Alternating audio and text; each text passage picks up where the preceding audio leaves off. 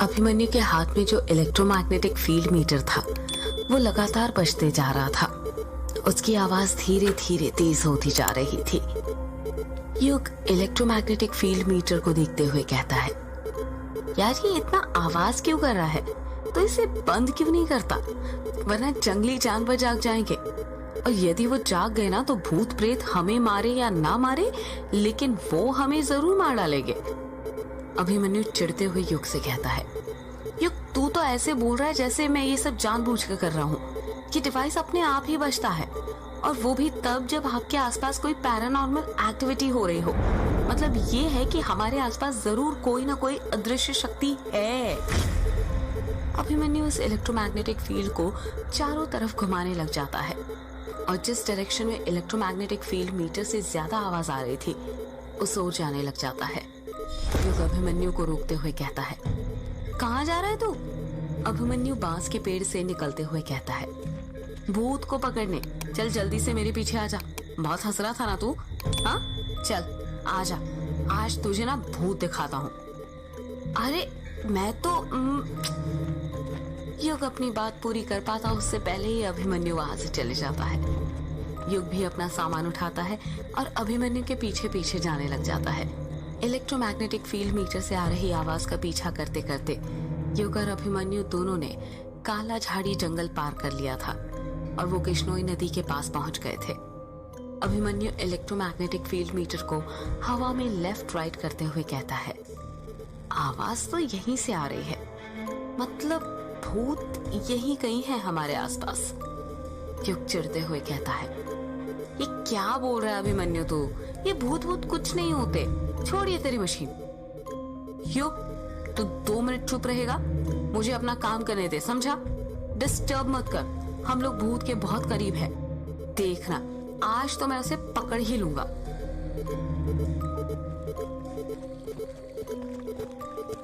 Abhimanyu electromagnetic field metre को लेकर किश्नोई नदी के शुरुआती किनारे तक पहुंच गया था। नदी शांत लहरों के साथ साथ बह रही थी, जिसमें घुटनों तक पानी था। चांद की चांदनी नदी के पानी पर छाई हुई थी। जैसे ही अभिमन्यु इलेक्ट्रोमैग्नेटिक फील्ड मीटर लेकर नदी में अपना पहला कदम रखता है, इलेक्ट्रोमैग्नेटिक फील्ड मीटर बजना अपने आप बंद हो जाता है। अभिमन्यु और युग दोनों शॉक्ड हो जाते हैं और सोचने लग जाते हैं कि अचानक से इलेक्ट्रोमैग्नेटिक फील्ड बंद कैसे हो गया। वातावरण में अचानक से शांति छा गई थी। अभिमन्यु इलेक्ट्रोमैग्नेटिक फील्ड मीटर को अपने हाथ से ठोकते हुए कहता है, अरे ये क्या, इसमें से आवाज क्यों नहीं आ रही है? कहीं ये खराब तो नहीं हो गया? युग नदी के बाहर ही खड़ा हुआ था। वो वहीं से अभिमन्यु को ताना मारते हुए कहता है, खराब तो तब होगा ना जब ये सही होगा। इतना घटिया तो है तेरा ये डिवाइस। क्या नाम बताया था तूने? Electromagnetic field meter. तुझे पता है इसने आवाज करना बंद क्यों कर दी? अभिमन्यु उदासी के साथ पूछता है, क्यों? क्योंकि शायद तुझे पता नहीं है कि इलेक्ट्रोमैग्नेटिक फील्ड का एटमॉस्फेयर पर फर्क पड़ता है। मतलब यह है कि जब वातावरण चेंज होता है तो मैग्नेटिक फील्ड भी चेंज होती है, जिस कारण जब हम जंगल से यहाँ तक आए तो इसने यहाँ पर आकर आवाज करनी बंद कर दी। क्योंकि जंगल के अंदर के एटमॉस्फेयर में और नदी के पास के एटमॉस्फेयर में बहुत डिफरेंस है। तुझे कैसे पता ये सब? इलेक्ट्रॉनिक एंड इलेक्ट्रिकल इंजीनियर हूँ बेटा, इतना तो पता ही होगा ना। तेरी तरह झोला छाप पैरानॉर्मल एक्टिविटी एक्सपर्ट नहीं हूँ। मैं नहीं मानता, मुझे तो लगता है कि मेरा ये डिवाइस हमें बिल्कुल सही जगह पर लाया है। युग अभिमन्यु को घूरते हुए कहता है, और तुझे ऐसा क्यों लगता है? इसके ना 2 कारण हैं। पहला कारण यह है कि जब हम जंगल से यहाँ नदी तक आए तो उस बीच भी एटमॉस्फेयर चेंज हुआ होगा, तब ये बंद क्यों नहीं हुआ? क्या नदी पर आकर ही बंद क्यों हुआ?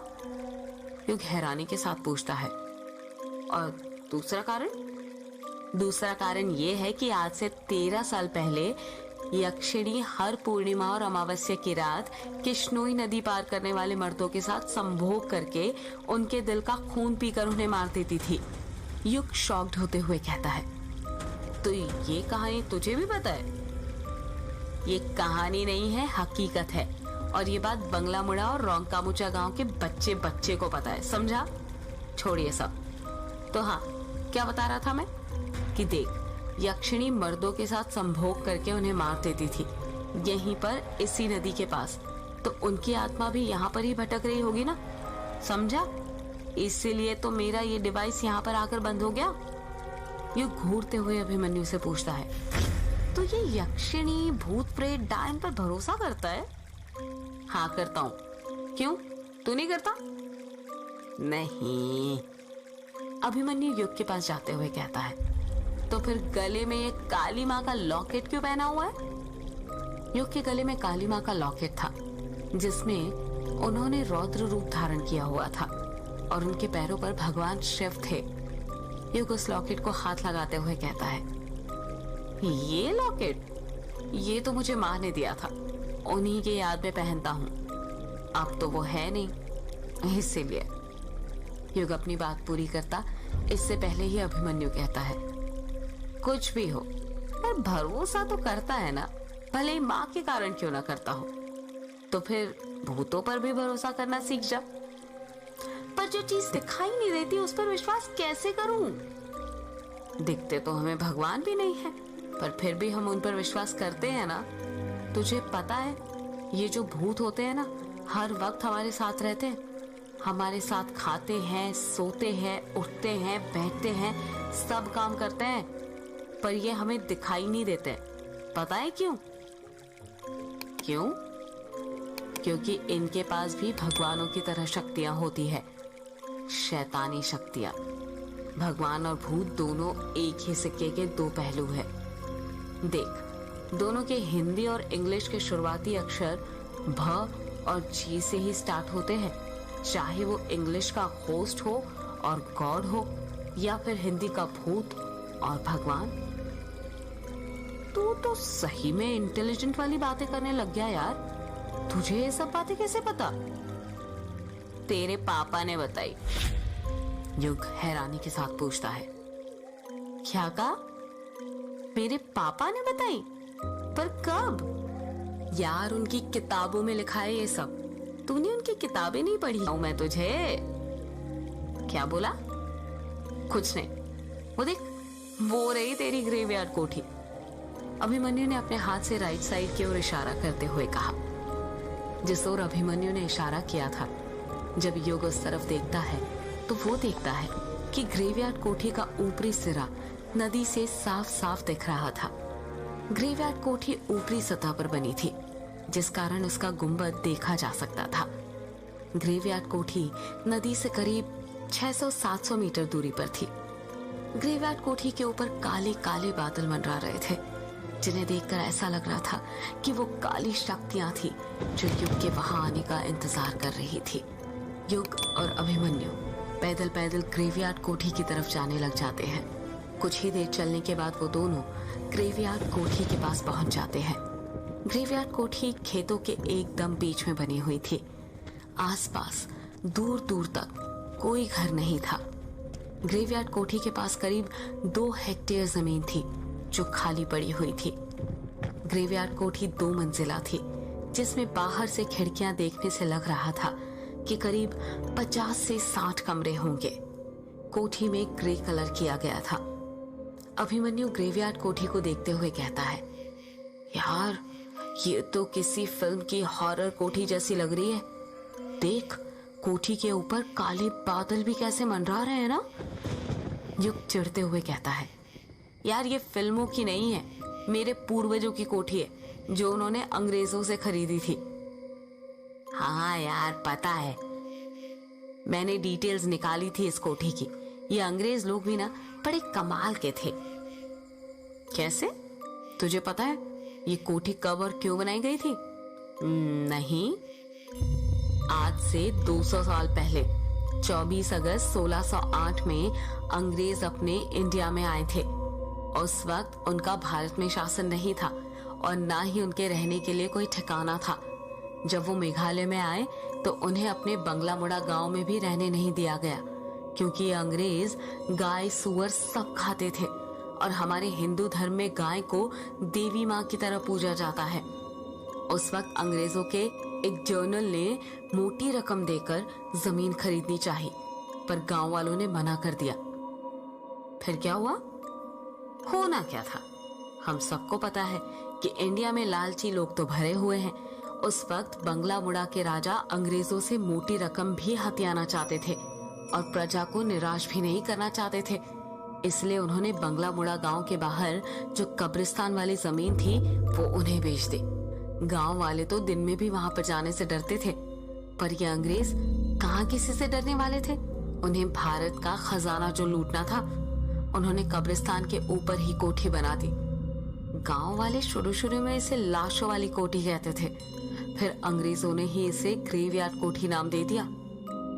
अच्छा, जब भी दूसरे गांव से अंग्रेज सैनिक आते थे तो उन्हें यहीं पर ठहराया जाता था, यहीं पर खातिरदारी की जाती थी। उनकी अय्याशियों का सारा सामान था यहाँ पर, और यहाँ पर रात रात भर मुजरा चलता था, तवाइफें नाचा करती थी। और तू कह रहा था ना कि ये यक्षिणी नहीं होती? तुझे पता है यहाँ के अंग्रेज अफसरों ने अपनी डायरी में यक्षिणी का जिक्र किया है। यक्षिणी का नाम सुनकर युग चिढ़ जाता है और चिढ़ते हुए कहता है, तेरी ये कहानी खत्म हो गई हो तो क्या अब हम कोठी के अंदर चलें, या रात भर यहीं पर बैठकर कहानी सुनाने वाला है? हाँ चलना, मैंने कहा रोका है तुझे? तुझे ही कहानी सुनने में मजा आ रहा था इसलिए मैं सुना रहा था। ग्रेवयार्ड कोठी का दरवाजा करीब 10 फुट ऊंचा था। जब युग और अभिमन्यु दरवाजे के पास पहुंचते हैं तो अभिमन्यु देखता है कि दरवाजे पर एक बड़ा सा ताला लगा हुआ था जिस पर जंग लग गया था।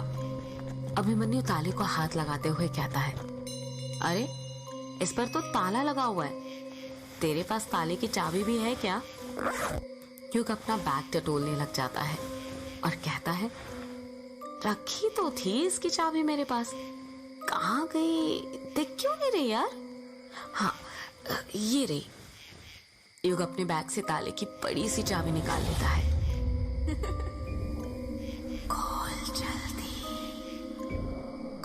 जल्दी दरवाजा, एक औरत की आवाज सुनाई देती है।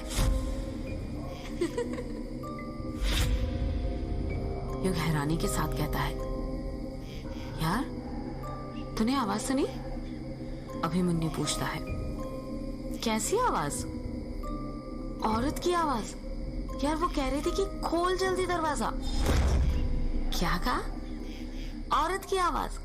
लगता है ना तेरे कान बज रहे हैं। अभी तो मुझे कह रहा था कि मैं कहानी सुना रहा हूँ, अब तू क्या कर रहा है? चल जल्दी ओपन कर कोठी, मैं भी तो देखूं इसमें क्या क्या राज बंद है। युग चाबी को ताले के अंदर डाल देता है। जैसे ही चाबी ताले के अंदर जाती है, आसमान में तेज बिजली चमकती है। बिजली इतनी तेज चमकी थी कि ऐसा लग रहा था आधी रात में उजाला हो गया हो। युग चाबी को ताले के अंदर घुमाने लग जाता है, पर जंग लगे होने के कारण चाबी घूम नहीं रही थी।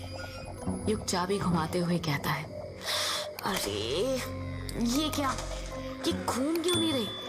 घूम जा, अब खुल भी जा। अभिमन्यु हैरानी के साथ पूछता है, क्या हुआ? यार चाबी अंदर ही टूट गई। क्या कहा? चाबी टूट गई? पर कैसे? यार इतनी पुरानी चाबी है, ऊपर से जंग लगी हुई थी, तो टूटेगी ना। अभिमन्यु अपने सिर पर हाथ रखते हुए कहता है, तो फिर अब क्या करें? ये कुछ कहता उससे पहले ही एक औरत की आवाज सुनाई देती है, पत्थर उठा और तोड़ दे ताला। युग कहता है, अच्छा आइडिया है, पर तू लड़की की आवाज में क्यों बोल रहा है? अभिमन्यु हैरानी के साथ कहता है, मैंने क्या कुछ बोला, मैं तो तब से चुप ही हूं। युग अभिमन्यु की बात पर ध्यान नहीं देता है। वो पास में ही जमीन पर रखा बड़ा सा पत्थर उठाता है और उसकी मदद से दरवाजे पर लगा ताला तोड़ने लग जाता है। 3 बार पत्थर से ताले पर वार करने पर ही खट से ताला टूट जाता है। जैसे ताला टूटता है, औरत की चीखने की आवाज सुनाई देती है। युग कुंडी खोलकर दरवाजे को अपने हाथों से धक्का देने लग जाता है, पर दरवाजा इतना भारी था कि उस अकेले से धक्का नहीं दिया जा रहा था, इसलिए अभिमन्यु भी उसकी मदद करने लग जाता है। अभिमन्यु और युग अपनी पूरी ताकत लगाकर दरवाजा खोल देते हैं।